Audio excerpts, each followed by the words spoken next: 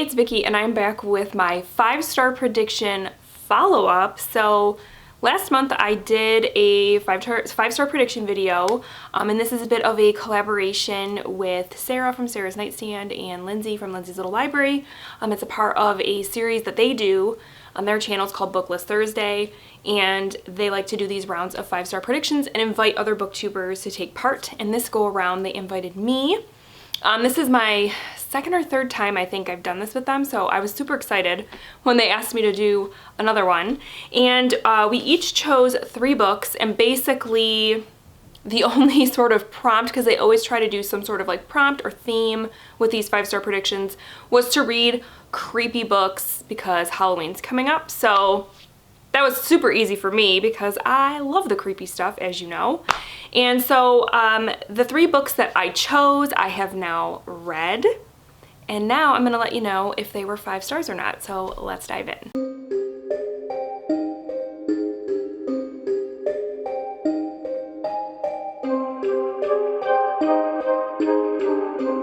So the first book that I chose for this 5-star prediction round was White is for Witching by Helen Oyeyemi. And this one is what I would call it more literary horror. And it centers around a teenage girl named Miranda, and she lives in this house that is a house in England that has been in her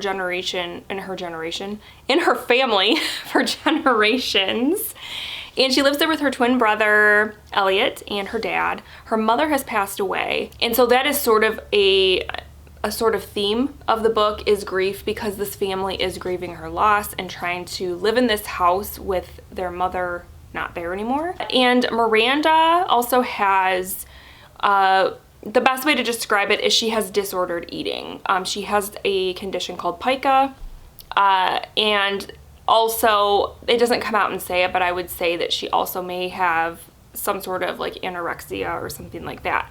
And that comes into play because she is dealing with all this stuff with her, you know, losing her mom and all of that, and trying to just like navigate life as, you know, a teenager about to like graduate high school, go to college, and do all of those things, but she's having a lot of mental struggles. And so this book is a lot about that. What sort of made it, or what like sold it to me as sort of being a scary book, or, you know, a sort of creepy book, is that the house may have like hauntings going on, or something's going on with the house. It's a creepy house, weird things happen, rooms appear and then disappear, things like that. There are probably ghosts and that sort of thing. So that's kind of what made it into that sort of Halloween sort of realm for me, was the haunted house sort of aspect, which is my favorite type of horror to read. And so, having now read the book though, I would say that the horror is very minimal. I would say it's mostly like more towards the end you see it. But the majority of this book, I would say, is just, it's just kind of unsettling. It's more about vibes than it is about like in-your-face scary stuff. And so for me, it didn't really deliver, because I went in sort of expecting this like haunted house story, and this girl who, you know, is dealing with grief and mental health struggles, and then this house is also somehow playing into that, and it does, but not in the way I was expecting it to. However, this did surprise me in that it was a coming-of-age book in many ways, which I also really love, and coming-of-age horror especially, I really love. So the coming-of-age stuff sort of made up for that for me, because this does have, like I said, a very interesting main character. Miranda is a very just unique character to read about. And I don't know if that's because I've never read a book where the main character had pica. But she also had there were other things about her that I think just made her sort of stand out in my mind. She was very interesting. The writing was really good. It just, for this being specifically a 5-star prediction, you know, series about reading scary stuff, this was not, but it was still a good book. if that makes any sense. I would definitely read more from Helen Oyeyemi because I liked it. It's one of those books that you're just kind of going along for the ride. You're not entirely sure what's going on all the time, but you're just gonna go with it because the vibes, it was all about the vibes. So I ended up giving this 3.5 stars, so it wasn't a 5, but it wasn't awful. And like I said, I would definitely read more from this author because the writing was great. Then I read The Holokind by Andy Davidson, and this is another one that deals with, I sort of had a theme going with these books, a haunted house that has been in a family for generations.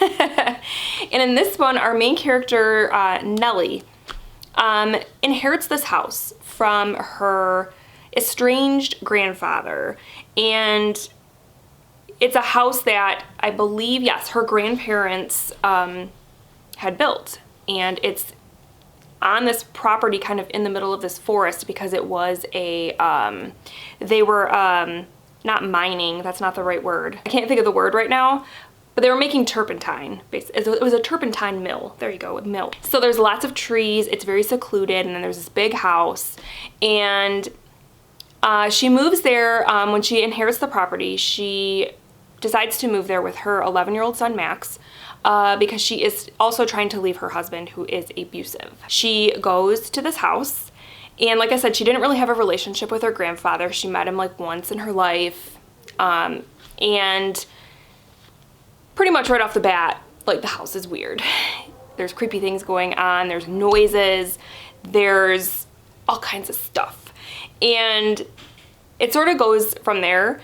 And this one, kind of like White is for Witching, deals with, there's a lot going on. Like, these two people that are living in this house have a lot of baggage, and they're bringing with them to this house. And you find, what I found the most interesting about this was you had two storylines going on, two timelines, I should say. You have the present day timeline, which takes place in the 80s, and then you have the timeline in the past, which starts in 1917 and sort of works, I think you sort of go through 10 or 15 years. And in the timeline in the past, you are meeting her grandparents when they first came to live in this house, because you know that by the time her grandpa passed away, he wasn't exactly living in the house, and you don't really know why, but you get the vibe that like something was going on in there, and that's why he was like not living inside the house. He was still living on the property, but not in the house. And so you sort of learn their story, and that part was actually really fascinating. I actually enjoyed both timelines a whole lot in this book. It was just cool to see how the family came to be what it is in the present day, because this family definitely has a lot of trauma, baggage, a lot of stuff. Nellie herself is in an abusive relationship. She didn't have a good relationship with her dad. Her dad was an alcoholic, and you sort of see why he was the way he was, because you see him in childhood and things that happened in his childhood. And so there's a sort of generational trauma going on, and it was really interesting. And what the sort of, I guess, haunting is what we'll call it, was super cool. I loved it. It reminded me of, there's a couple books that come to mind, but I don't want to say especially one of them because it would kind of spoil things, but it was reminiscent of other horror books I've read, and I enjoyed it because it wasn't just like ghosts. There was more to it. And so it was really neat, and I really liked that part. The writing was really good. This is definitely a slow burn though. Like, it's not a book that you can just sit down and read in a couple sittings. This took me quite a while to finish because for some reason, it's just the way the writing was. It was the kind of book though that I wanted to take slowly. The horror in here was awesome.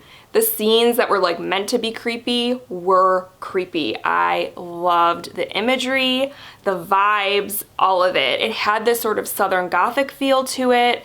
It was actually really great. I actually loved this book, and it got 5 stars for me. So again, if you like books that have to do with sort of family drama, haunted house, generational sort of, I would even go as far as to say curses, this is a book for you, but keep in mind it is a slow burn. You're not going to read this quickly, but it's so worth it in the end. I really loved this. I gave it 5 stars. And then the third and final book I picked was Abigail by King Diamond. but it was also written by, I have to open it up. It was also written by Dan Waters, and the artist was Damian Worm. This is a graphic novelization of the heavy metal concept album Abigail, which came out in the 80s and is a concept album that I really love. It deals with this couple that move to, again, a house that the husband has inherited from his family, though he didn't know much about, you know, this side of his family or this particular relative, but they moved to this house because they want a fresh start, yada yada. And the house has a spirit named Abigail, and that's all I will say about it.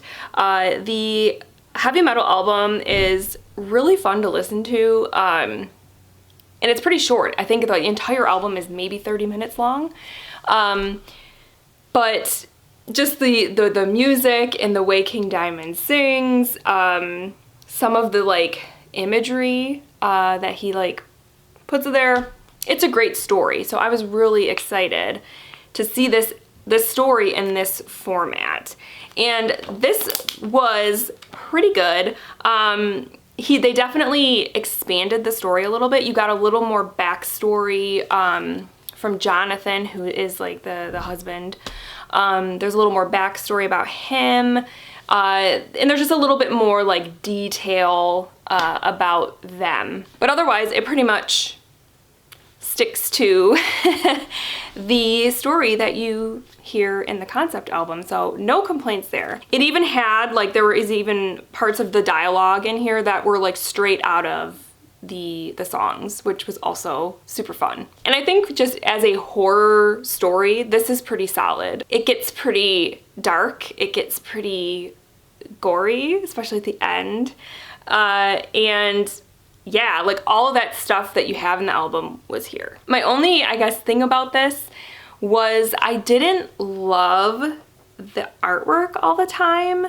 I just wanted, I guess, because the songs in the album, there's so much, I don't know, I felt like I had such a like vivid picture in my mind, and I felt like these pictures, though the art is good, it just wasn't as like detailed, I guess, as I wanted, or like I wanted more like elaborate, like sort of full page, you know, drawings and things like that, and I didn't quite get that. But otherwise, I think it was pretty good. So unfortunately though, it wasn't a 5-star. It was a 4. Because like I said, I can't fault the story. The story is pretty much exactly what the album is, but they've added a little bit, so there's no complaining there. It was more about the art and sort of the layout of the graphic novel itself. I just wanted more out of some of those, some of the art. So, but yeah, otherwise, if you are at all curious about this, I would say check it out. Listen to the album. Like I said, it takes 30 minutes. If you don't like heavy metal, you might not like it. And King Diamond does have a very unique vocal range and style that is not for everybody. But if you want to hear, like, especially around this time of year, around Halloween, you want to just listen to a quick, like, heavy metal horror story, Abigail is for you.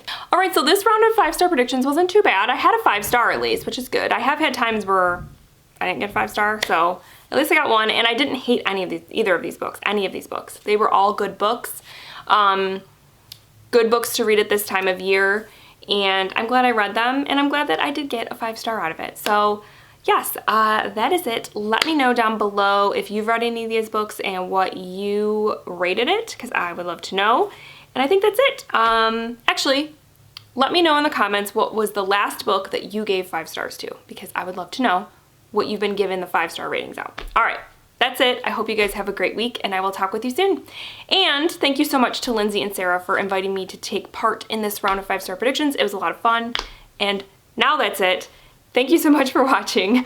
Bye.